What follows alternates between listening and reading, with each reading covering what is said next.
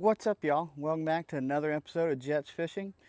And I gotta apologize. I've not uploaded a video in 2 weeks, and that was kind of my fault. I lost some footage and just didn't have enough to make any videos. But we are back for my top 3 baits for the month of August, and I hope you can hear me better. I've actually upgraded a little bit on my microphone. I'm using the Rode ME wireless. So hopefully you can actually hear me, better audio, and it's just my goal to provide better content to y'all. This month, the month of August, can be miserable fishing. Like, I'm out here wearing my jersey and I'm about to sweat. Whew, it's probably 98 degrees out here, and fishing can be tough this time of year. But you can also catch some of your biggest fish in the month of August, so don't let that prevent you from getting out. I want to give a big shout out to one of my fans. I have a picture right here with me. I was walking into one of my local stores, and she stopped me and was like, "Hey, are you Ethan?" And I'm like, "Yeah." And it really made my day. So thank you if you're watching. If anybody else sees me out in the world, come by and stop, say hello. It really makes it. It's an honor for me to meet my fans, and it kind of makes me wonder why you actually watch me. So without further ado, let's jump into this video.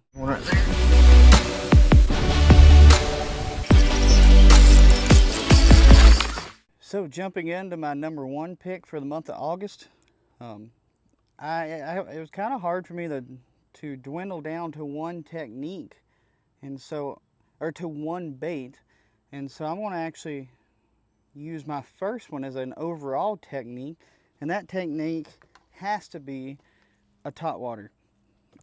Fishing topwater this time of year is so much fun, and early in the mornings and even midday and late in the afternoons, you can catch some of your biggest fish on topwater.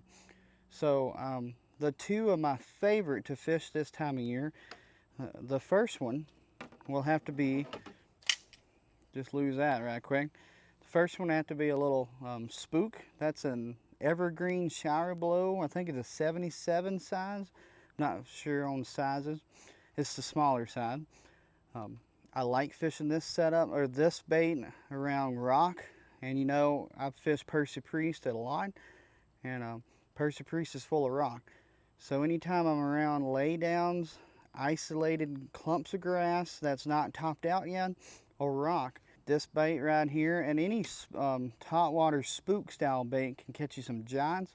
And you can use this into the fall transition when they start gorging on shad and they start schooling up a lot of bait fish. I'm throwing it on my favorite rod, a Cashin 7'3" Elite Series, paired up with the Lose. You're familiar with this rod and reel setup. I got it paired up with 30-pound Smackdown braid as well, in the gray color. This is my favorite setup. I've won a lot of money on this, and it's an awesome all-around rod. You can fish topwater, Texas rig, even little jigs. It's just an awesome reel. But that's one of my favorite topwaters for this time, if I'm not fishing around grass. If I'm fishing around grass, it's got to be a frog. You cannot beat a frog. This is actually a new company to me. One of my buddies told me about it, and it's a toad thumper. I'm not sure the actual frog name, but if you go to your local Walmart, they probably have it. That's where I picked this one up. This is the easiest frog I've ever had to walk. It has a good walking action. I hate frog fishing a lot of times because it's hard to work one, at least in a kayak it is, and you miss a lot of fish. This one says it's supposed to be a 60% more hookup ratio. I've caught a few fish on it, and I haven't lost any on it yet, but with a frog, you know, it's a 60 to 50% hookup ratio. But this frog right here is an amazing, really good frog. For the money, it was only like $10. I was very blown away by how good it is. And it's kind of like a mix between a popping frog and a walking frog. You can kind of pop it and it spits a little bit, but you can also walk it like a traditional frog. You already know this setup too. It's an ALX toad face, 7'2", medium heavy plus. Got it paired up with a Shimano Corrado, I'm not 7:2 gear ratio with 50-pound smackdown braid as well, Seaguar. This is a really good setup. I've used it for my jigs as well. And if you can't tell, it is hot. Number 2 for the month of August has to be a swim bait. If you know me, I fish a ton of grass. This is one of the best ways to fish around a lot of grass, fish around grass flats. And the reason behind why I like fishing around grass, during the month of August or during any part of the summer, the water gets real hot. The water temp is anywhere around the 90 to low or to high 80s to low 90s. The grass oxygenates the water, helps oxygenate it.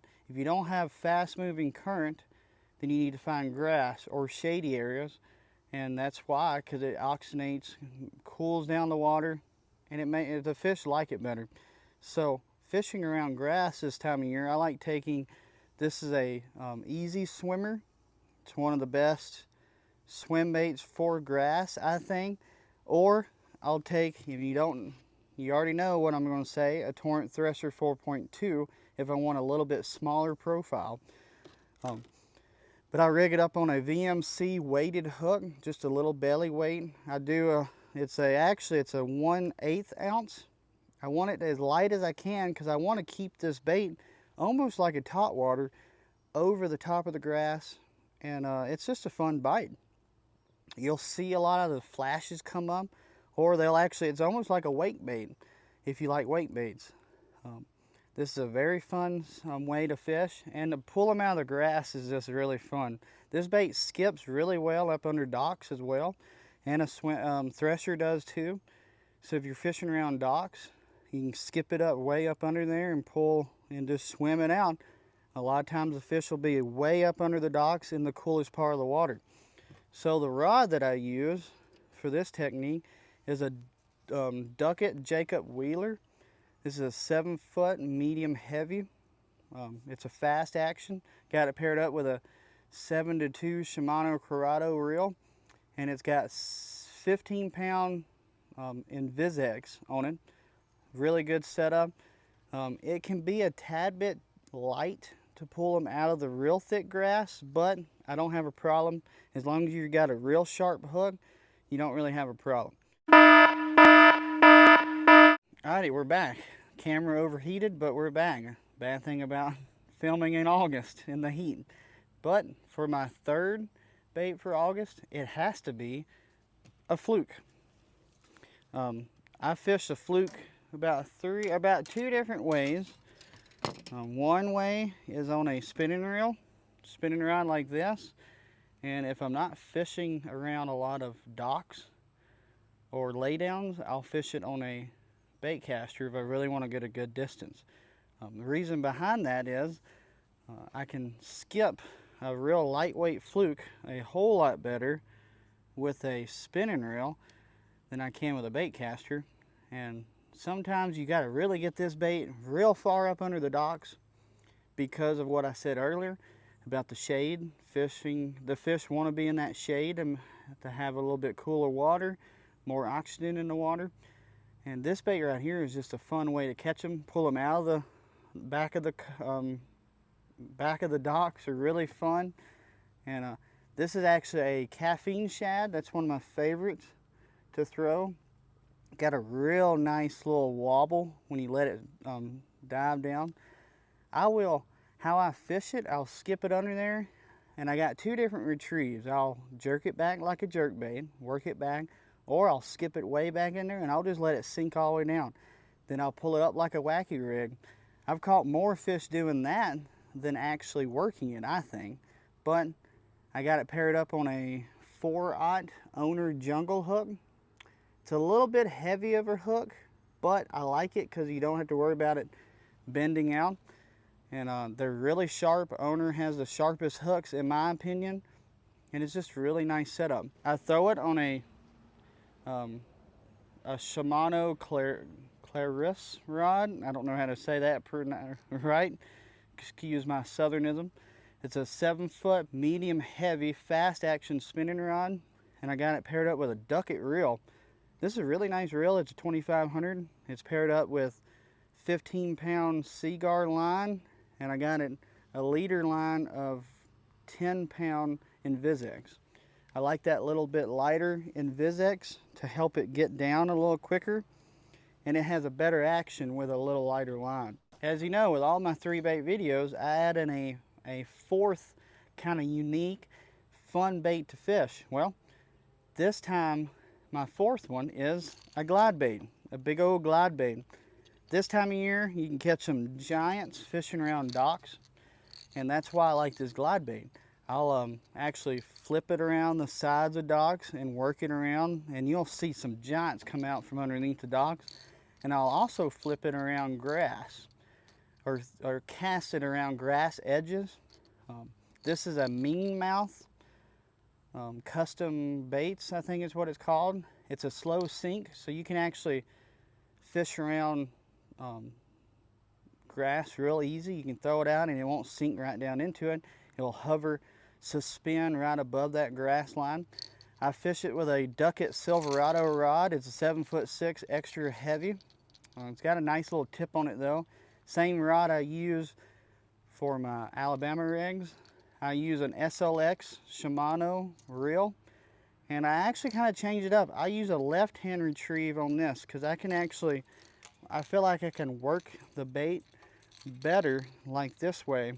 Another great option if you don't want to throw this one is a Chad Shad by Spro. I love that bait.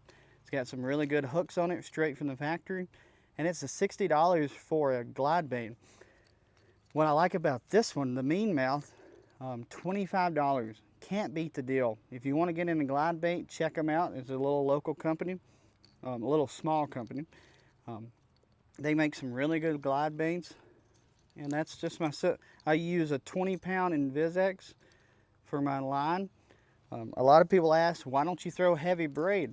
It affects the action, in my opinion, if you use heavy braid. I know a lot of people want to throw heavy braid, and so they don't lose their baits. I much rather get a better action with my bait, and because if you don't have a good action, you're not going to catch fish. Well, sorry I was trying to rush on that last couple of baits, mainly because I don't want my phone to overheat again, and it is hot out here, and I'm going to go inside and edit this video. Comment below what your favorite baits for the month of August is. It's always a joy to see what you use and see what it compares to mine. Thanks for watching.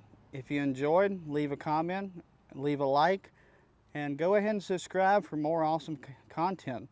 We got a lot of fun things coming at the end of August, starting in September. A lot of the championships are going to start up. I'm already qualified for Gunnersville through the Bass Nation, so hopefully we can do a two-peat and try to win that again. So thanks for watching, and if you enjoyed, hit that subscribe button. See y'all next week.